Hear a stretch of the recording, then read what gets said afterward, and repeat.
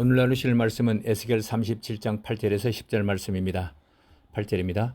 내가 또 보니 그 뼈에 힘줄이 생기고 살이 오르며 그 위에 가죽이 덮이나 그 속에 생기는 없더라. 또 내게 이르시되 인자야 너는 생기를 향하여 대언하라. 생기에게 대언하여 이르기를 주 여호와께서 이같이 말씀하시기를 생기야 사방에서부터 와서 이 죽음을 당한 자에게서 불어서 살아나게 하라 하셨다 하라. 이에 내가 그 명령대로 대언하였더니 생기야 그들에게 들어가매 그들이 곧 살아나서 일어나서는데 극히 큰 군대더라. 오늘은 생기 있게 활기차게 살아갑시다 라는 제목으로 말씀을 나누려고 합니다. 금년 1월부터 오늘까지 매주일 복에 대한 말씀을 드리니 좀 지루하실 것입니다. 그러나 이렇게 이해하십시오. 하나님께서 자신의 것을 생명체나 사람에게 나눠주셨는데 나눠주신 생명이나 먹거리, 힘과 기운 이런 물리적인 것을 복이라는 단어로 붙였습니다. 특별히 사람에게는 하나님의 생명과 성품을 사람들에게 주셨습니다. 이것은 물질적인 것이 아니라 영적인 것이고 영혼이 가는 것입니다. 그래서 모든 사람은 복을 받았습니다. 그러나 그것을 알지 못합니다. 그러므로 이렇게 기억하십시오. 우리 그리스도인은 복이라는 단어와 떨어질 수가 없는 사람이다. 복을 잃으면 죽은 것이다. 물질적인 복이든 영적인 복이든 그렇습니다. 지난 주일에는 우리 사람들이 복을 누리는 것에 대해서 말씀을 나누었습니다. 하나님께서 생명 주시고 하나님의 성품을 넣어주시고 물질적인 먹을 것, 힘과 기운 주신 것 이것을 누리고 향유하는 것이 하나님 뜻이다. 이런 말씀이었습니다. 그래서 복을 누린다, 향유한다는 것이 하나님 뜻인지 성경을 풀어드렸습니다. 오늘 나누려고 하는 것은 지난 주일에 나누지도 못한 내용을 추가해서 말씀 나누려고 하는 것입니다. 첫 번째로 복 주신 것을 실제로 누려야 순종하는 것입니다. 매주일 설교 시간에 성경을 풀어드리고 큐티하고 성경 공부를 합니다. 바쁜 중에 왜 그렇게 하십니까? 깨달은 말씀대로 살려고 그러는 것입니다. 그러니까 말씀을 듣고 깨달았다면 이제 어떻게 해야겠습니까? 그렇습니다. 그렇게 살아야 합니다. 그것이 순종입니다. 하나님께서 원하시는 것은 순종입니다. 그래서 순종이 제사보다 낫다 그럽니다. 제사를 예배라고 한다면 순종이 예배보다 낫다 이 말씀입니다. 예배드리고 기도하고 그러는 것 중요하지만은 더 중요한 것은 듣고 깨달은 말씀을 순종하는 것입니다. 예수님이 비유로 설명하신 것이 있습니다. 두 아들이 있는데 큰아들에게 포도원에 가서 일해라 하니 예 갈게요 대답하고는 가지 않았습니다. 둘째 아들에게 포도원에 가서 일해라 하니 안 갈래요 그러더니 후회하고 갔습니다. 누가 말씀에 순종한 것이냐 예수님이 질문하십니다. 누가 순종한 것입니까? 둘째 아들입니다. 둘째 아들이 아버지 말씀대로 실천하고 순종한 것입니다. 이 말씀을 오늘 말씀에 적용해 보겠습니다. 복을 누려라, 향유해라, 즐거워해라 이 말씀을 들었다면 실제 생활에서 누려야지, 향유해야지, 주신 것 누리며 즐겁게 살아야 되겠다 이렇게 살려고 하는 것이 순종하는 것입니다. 어떠십니까? 지금까지 내가 받은 복이 무엇인지를 쭉 살펴보았습니다. 내가 받은 복이 많습니까? 아니야, 내가 받은 복이 개미 눈물만큼도 안 돼. 어느 쪽이십니까? 저도 그렇게 생각합니다. 하나님 주신 복이 많고도 많습니다. 헤아릴 수 없이 많습니다. 아니요, 나는 박복한 사람입니다. 어릴 때부터 고생 산전수전 다 겪고 살았는데 무슨 복을 받았다고 그러십니까? 라고 말씀하실 수도 있습니다. 그렇게 생각하시는 분들에게는 위로를 드리고 싶습니다. 그런데 이렇게 생각해 보십시오. 하나님께서는 모든 사람에게 공평하게 복을 주셨습니다.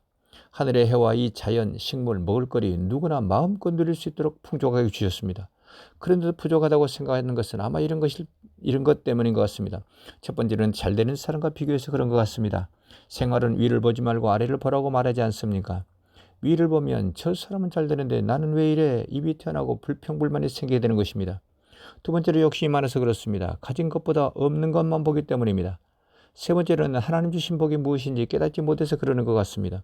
하나님 주신 복을 알게 되면 아하 내가 받은 것이 많구나 주님 감사합니다 그런 마음이 저절로 드는 것입니다. 제가 믿기는 우리 교회 성도님들은 내가 받은 복이 많구나 이렇게 생각하시는 줄 압니다. 실제로 그러십니까? 우리 모두 그런 마음이시기를 예수님 이름으로 축복합니다. 그러면 받은 복을 누리고 사십니까? 아니면 허겁지겁 정신없이 사십니까? 그렇습니다.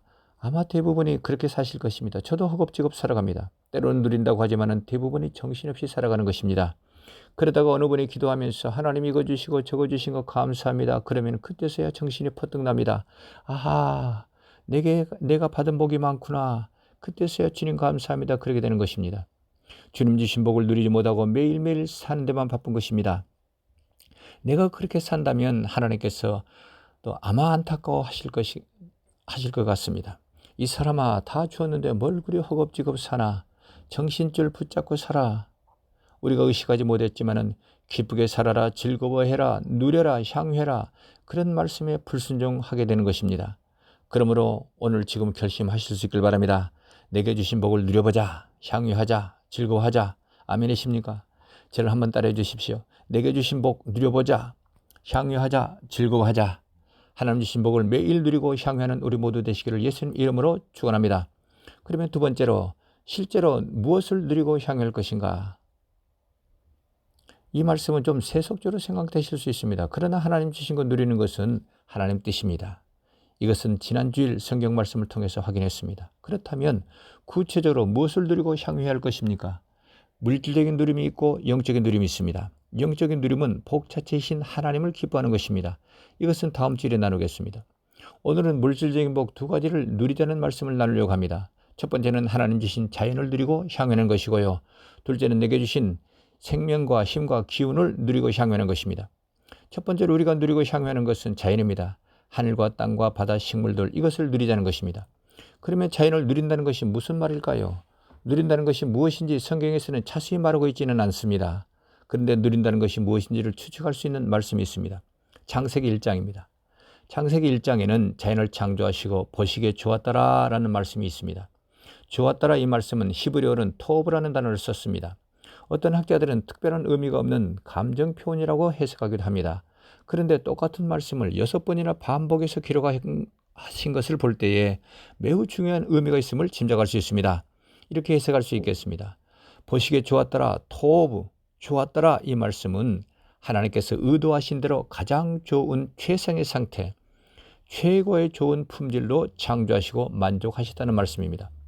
그리고 창조하신 후에 버려두심이 아니라 그 최상의 상태가 유지되도록 계속해서 지키시고 보호하신다, 이런 의미를 담고 있습니다. 이렇게 자연을 창조하시고 6번째 날에는 사람을 창조하십니다. 7번째 날에는 안식하시니라, 그리고는 안식하셨습니다. 사람과 더불어 누리자, 향유하자, 이런 누림을 위해서 5번째 날까지 자연을 창조하신 것입니다. 설명이 좀 어렵게 된 것 같습니다. 쉽게 요약한다면 자연을 창조하시고 만족하셨다는 것입니다. 즐거워하고 기뻐하셨다는 것입니다. 그 즐거움과 기쁨, 만족감을 사람과 더불어 누리는 것, 이것이 창조하신 목적이라는 것입니다. 이것을 우리에게 적용할 수 있습니다. 우리가 자연을 누린다, 이 말씀은 자연을 보고 느끼고 기뻐하고 즐거워하는 것, 이것이 누리는 것입니다. 하나님께서 그렇게 하셨던 것처럼 우리가 그런 감정을 느끼면 창조하신 하나님께서 느끼셨던 감정을 느끼게 되는 것입니다. 어떠십니까? 자연을 보고 하나님을 느끼십니까? 자연을 보고 느끼고 기뻐하고 즐거워하십니까? 실제로 그러십니까? 저는 이곳에 사는 것이 참 좋습니다. 성도님들은 어떠십니까? 저는 이곳에 살아보니까요, 한국에서 잠깐 생활해 보니까 여기가 고향이다, 이런 생각이 들었습니다.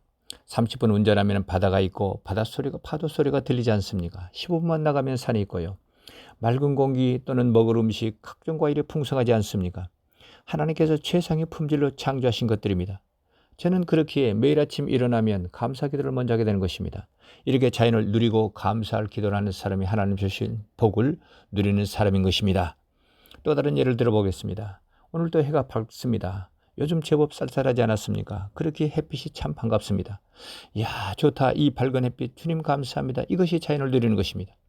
때로는 산에 올라가서, 때로는 바닷가에서, 이야, 좋다. 주님, 이런 멋진 것 창조하시고 누리는 즐거움 주시니 감사합니다.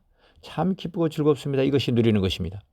산들산들 바람이 불고 아름다운 꽃을 볼 때마다, 이야, 좋습니다. 주님, 참 예쁘네요.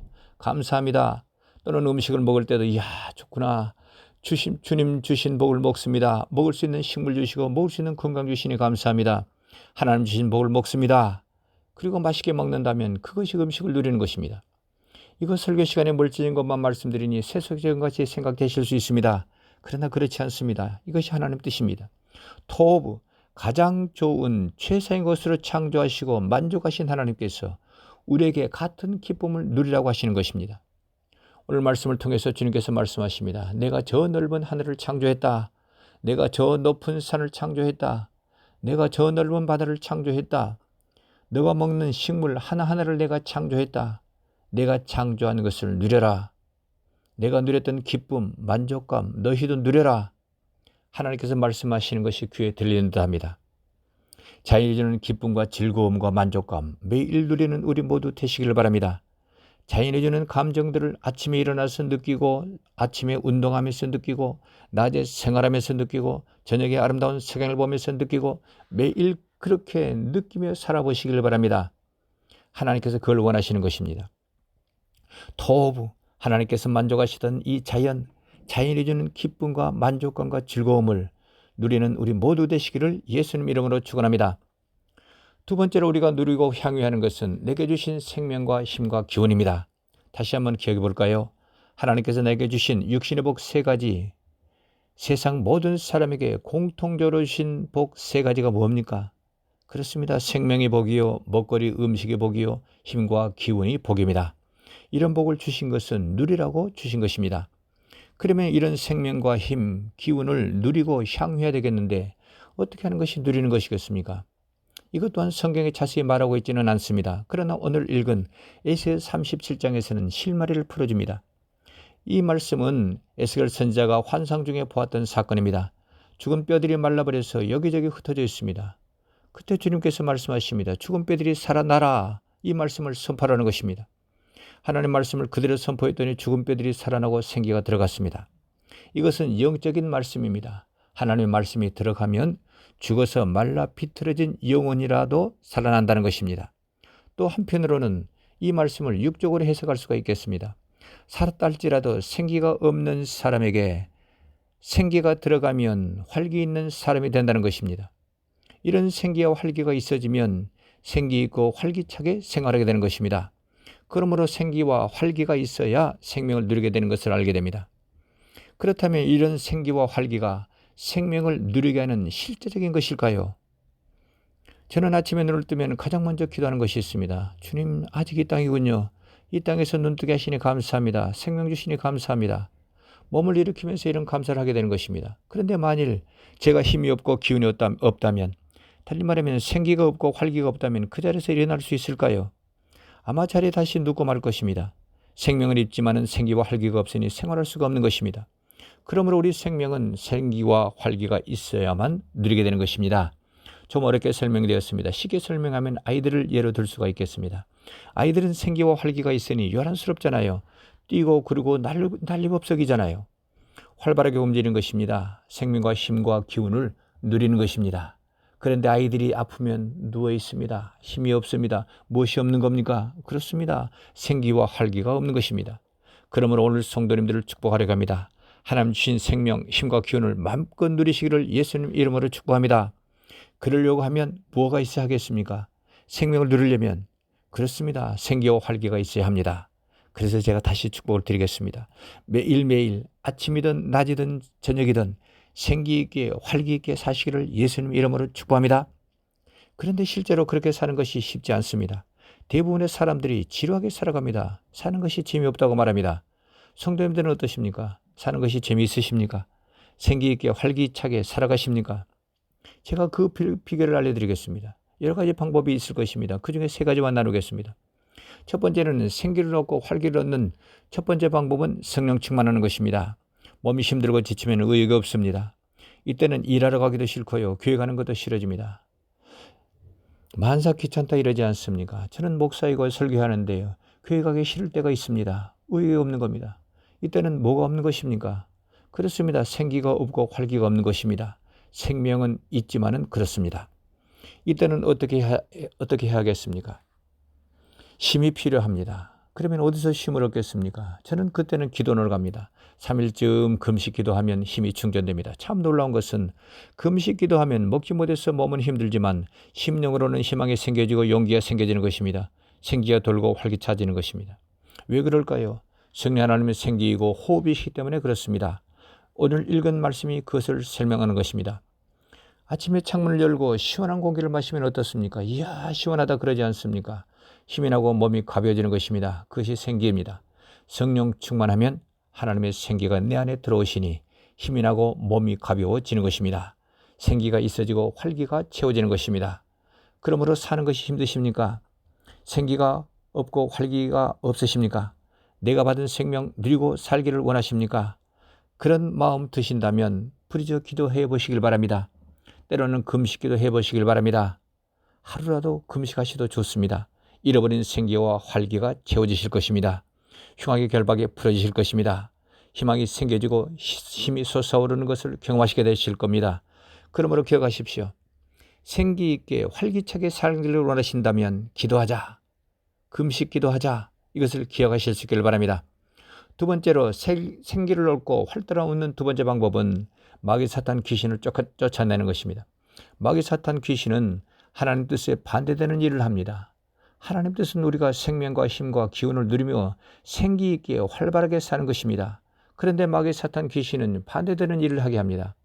우리가 그렇게 사는 것을 방해하는 것입니다. 그래서 우울증을 줍니다. 좌절과 절망과 무기력감을 줍니다. 나는 할 수 없다. 죽는 것이 상책이다. 이런 마음을 주는 것입니다. 그 사람 안에는 뭐가 없는 것입니까? 생명은 있다 하지만은 생기와 활기가 없는 것입니다. 이것을 그대로 놔두면 우울증이 됩니다. 어떤 사람은 자살하고 마는 것입니다. 그 사람 안에는 생기가 없고 활기가 없는 것입니다. 그 자리에 마귀 사탄 귀신이 자리 잡은 것입니다. 혹여 주위 사람 중에 그런 사람이 있다면 말씀해 주십시오. 예수님 이름으로 명령하는 것을 가르쳐 주실 수 있기를 바랍니다. 생기와 활기를 뺏어가는 악한 영 예수님 이름으로 나가라. 가르쳐 주십시오. 그리고 명령해 주십시오. 내 입술에 하나님의 파워가 있습니다. 내 안에 계신 하나님의 권능이 내 입으로 선포할 때에 하나님의 권능이 나타나시는 것입니다. 생기와 활기를 잃어버렸을 때 이것을 회복하는 두 번째 방법은 마귀 사탄 귀신을 쫓아내는 것입니다. 세 번째로 생기 있고 활기 있게 살려면 의식적으로 노력해야 하는 것입니다. 우리 기독교에서는 모든 것 하나님 주시니 의식적으로 노력하는 것이 인본주의다 그렇기도 합니다. 이건 아닌 것 같습니다. 예를 들어 보겠습니다. 웃음 전도사라는 분들이 있습니다. 그들이 말하기를 의식적으로 크게 웃으라고 합니다. 그러면 뇌가 생각하기를 이야 기분 좋은 일이 있구나. 그리고는 기분 좋아지는 호르몬을 내보낸답니다. 어느 성경 세미나에서 강사 목사님이 이런 예화를 들었습니다. 어느 분이 암 말기인데 죽으면 죽으리라 모든 치료를 중단하고 퇴원했답니다. 그리고는 웃겨주는 비디오를 들고 산으로 들어갔답니다. 그 비디오를 보고 매일 호탕하게 웃었습니다. 그리고 인생을 정리하면서 감사 기도를 많이 했답니다. 감사를 하다 보니까 감사거리가 얼마나 많던지요. 많고도 많더라는 것입니다. 그런데 죽어야 하는데 죽지를 않더랍니다. 놀랍게도 암이 치료됐다는 것입니다. 이런 간증을 제가 존경하는 목사님에게 들었습니다. 그렇지만 저는 그 말을 신뢰할 수가 없었습니다. 믿어지지가 않잖아요. 그런데 그때 강사했던 목사님은 몇 년 전에 치매가 왔습니다. 50대 말이었습니다. 요즘은 그렇답니다. 그래서 일찍 은퇴를 하고 지방으로 내려가서 치료를 하는데 웃음 치료를 시작했답니다. 웃음 치료가 실제로 효과가 있을까요? 오늘 설교를 준비하면서 여러 가지 자료를 찾아보았습니다. 웃음 전문가들이 말하기를 웃으면 실제로 많은 효과가 있답니다. 웃으면 생기가 있고 활기차고 몸의 기능이 좋아지고 면역력이 강해진답니다. 그래서 치매, 관절염, 암까지도 예방되고 치료된다는 것입니다. 100% 신뢰하지는 않습니다. 그럴지라도 효과는 있을 수 있겠다 짐작할 수 있습니다. 제가 이런 동영상을 보았습니다. 웃으면 치매가 예방되고 치료된다는 내용이었습니다. 양손 검지를 맞추는데 몸을 흔들면서 웃으면서 해보랍니다. 좀 바보같이 하는 겁니다. 점잖은 분들이 잘 안 되실 겁니다. 자, 그런데요. 제가 이것을 실제로 해보았습니다. 실제로 하면서 웃고 나니까요. 마음이 밝아졌습니다. 바보같이 손가락 맞추기를 했는데 생기가 있어지고 활기차가졌습니다. 요거 맞추는 동안에는 근심 걱정이 없어졌습니다. 웃고 나니 마음이 개운해졌습니다. 왜 그런지는 모르겠습니다. 이것을 짧은 설교 시간에 말씀드리는 것은 의식적으로 무언가를 해야 할 때가 있다는 것입니다. 오늘 설교에 적용한다면 생기 있게 활기차게 생활하려면 의식적으로 생기 있게 살자, 활기차게 살자 노력해야 한다는 것입니다. 그 노력으로 웃는 것을 시도해 보실 수 있을까 바랍니다. 억지로라도 웃는 연습을 해보자는 것입니다. 썰렁한 유머라도 시도해 보십시오. 또 다른 노력으로는 근심, 걱정, 염려를 내려놓는 것입니다. 지금까지 살아오는 동안 우리가 얼마나 많은 걱정을 해왔습니까? 거의 매일 근심, 걱정, 염려거리가 머리 한켠에 있었던 것 같습니다. 그런데 생각해 보십시오. 근심, 걱정이 있으면 마음이 어둡던가요? 밝던가요? 그렇습니다. 참 어둡습니다. 생기도 없고 활기도 없습니다. 성경에서는 그러지 말라고 하지만은 잘 안 되더라고요. 그런데 이제야 깨닫는 것이 뭡니까? 내가 걱정하고 염려한들 해결되는 것이 없구나. 의식적으로 그걸 내려놔야 되겠구나. 이제서야 그런 진리를 깨닫게 되는 것입니다. 그리고 의식적으로 해야 하는 것은 화내고 따지고 싸우는 일을 하지 말자는 것입니다. 우리가 그런 일을 많이 하지 않습니까? 매일 그러잖아요. 사람과 다투고 나면 짐 빠진다, 힘이 난다. 어느 쪽이십니까? 그렇습니다. 생기 뺏기고 활기 뺏기는 겁니다. 그렇게 의욕도 없고 힘도 없는 것입니다. 어느 교회 목사님이 새로 오셨는데 강대상에 올려진 피아노를 내려놓자고 했답니다. 교회가 그 일 때문에 다툼이 일어나서 깨지고 말았습니다. 참 그런 일도 있습니다. 친하던 두 장로님이 그때 원수가 돼서 헤어졌는데 10년이 지난 후에야 길에서 우연히 만났답니다. 악수를 하고 인사를 나누는데 피아노 때문에 다퉜다는 것은 알겠는데 당신이 내리자고 했어, 내가 내리자고 했어 그랬답니다. 이거 인생이 이렇습니다. 지나고 나면 별거 아닌데 아주 작은 것에 목숨을 거는 겁니다. 그러니 의식적으로 해보자는 겁니다. 웃는 것을 의식적으로 해보자는 겁니다. 근심, 걱정, 염려를 의식적으로 하지 말자는 것입니다. 화내고 따지고 싸우는 것을 의식적으로 하지 말자는 것입니다. 그 대신 웬만한 것은 양보하고요. 너그럽게 대하고요. 사랑하는 것도 의식적으로 해보시길 바랍니다. 그러면 놀랍게도 내 생활에 생기가 있어지고 활기차게 되는 것입니다. 이것을 달리 말하면 내 생명과 힘과 기운을 누리고 향유하는 것입니다. 이것이 사실일까요? 요즘 우리 교회는 홈리스 사역을 하고 있습니다. 지난 금요일에도 140여 명에게 카레 한 그릇을 대접했습니다. 그 일이 힘들고 피곤한 일입니다. 그런데 놀라운 것은 그 일을 하는 모든 분들이 오히려 힘을 얻고 생기를 얻고 더 활기차졌다는 것입니다. 그것을 경험하고 있습니다. 이거 역사 아닙니까? 다른 사람을 도왔더니 몸은 힘들고 피곤하지만은 내 심령에는 생기가 있어지고 더 활기차지는 것입니다. 그래서 몸이 약한 분들은 그 일을 하면서 더 건강해질 것 같습니다. 그러므로 오늘 결심하실 수 있기를 바랍니다. 생기 있게 살자. 활기차게 살자. 그래서 생명과 힘과 기운을 누리자. 우리 모두 그렇게 되시기를 예수님 이름으로 축원합니다. 이제 말씀을 마치렵니다. 오늘은 많은 말씀을 나누었습니다. 우리가 매일 누려야 할 것은 두 가지입니다. 첫째로는 자연을 누리십시다. 아름다운 자연을 누리면 기쁨과 즐거움과 만족감이 있으실 것입니다. 두 번째로는 생명과 힘과 기운을 누리시는 겁니다. 곧 생기 있게 활기차게 사는 것이 누리는 것입니다. 오늘 특수하신 이 권사님 간증을 조금 나누겠습니다. 오래전에 이 권사님이 특수하시던 날에 그날에 있었던 7시간 동안의 일을 모두 잊어버리는 귀한 일이 있었습니다. 그 후로 이 권사님 삶이 바뀌었습니다. 이것은 설교 시간에 몇 번 나눈 바 있습니다. 어느 날 이 권사님이 제게 전화를 주셨습니다. 목사님, 제가요 아침에 운동하러 40분 걸어가는데 예수님 이름을 부릅니다. 제가 그 말씀을 듣고 깜짝 놀랐습니다. 예수님 이름을 부르면 권능이 나타나는 것, 그런 깊은 진리를 너무 쉽게 깨달아 알고 계시던 것입니다. 그래서 기도하는 방법을 조금 조정해 드렸습니다. 심장이 뛰는 것을 상상하시면서 심장 박동에 맞춰서 예수 그리스도, 예수 그리스도, 예수 그리스도 이름을 부르십시오. 그렇게 알려드렸습니다. 성도님들도 해보시길 바랍니다. 놀라운 일을 경험하시게 될 것입니다. 그저 예수 그리스도 이름만을 부르는데도 주님께서 같이 계신다는 느낌이 있으실 것입니다. 이상하게 힘이 생겨지고 용기가 생겨지고 자신감이 있어지실 것입니다. 왜 그런 현상이 나타날까요? 그것이 생기입니다. 그저 예수님 이름만을 불렀지만은 예수님 이름이 가지신 권능이 나타나신 것입니다. 이것을 의식적으로 해보십시오. 내 생활이 생기가 있고 활기가 있어지실 것입니다. 이번 한 주간 생기 있게 활기차게 살아가시는 우리 모두 되시기를 예수님 이름으로 축원합니다. 기도하시겠습니다.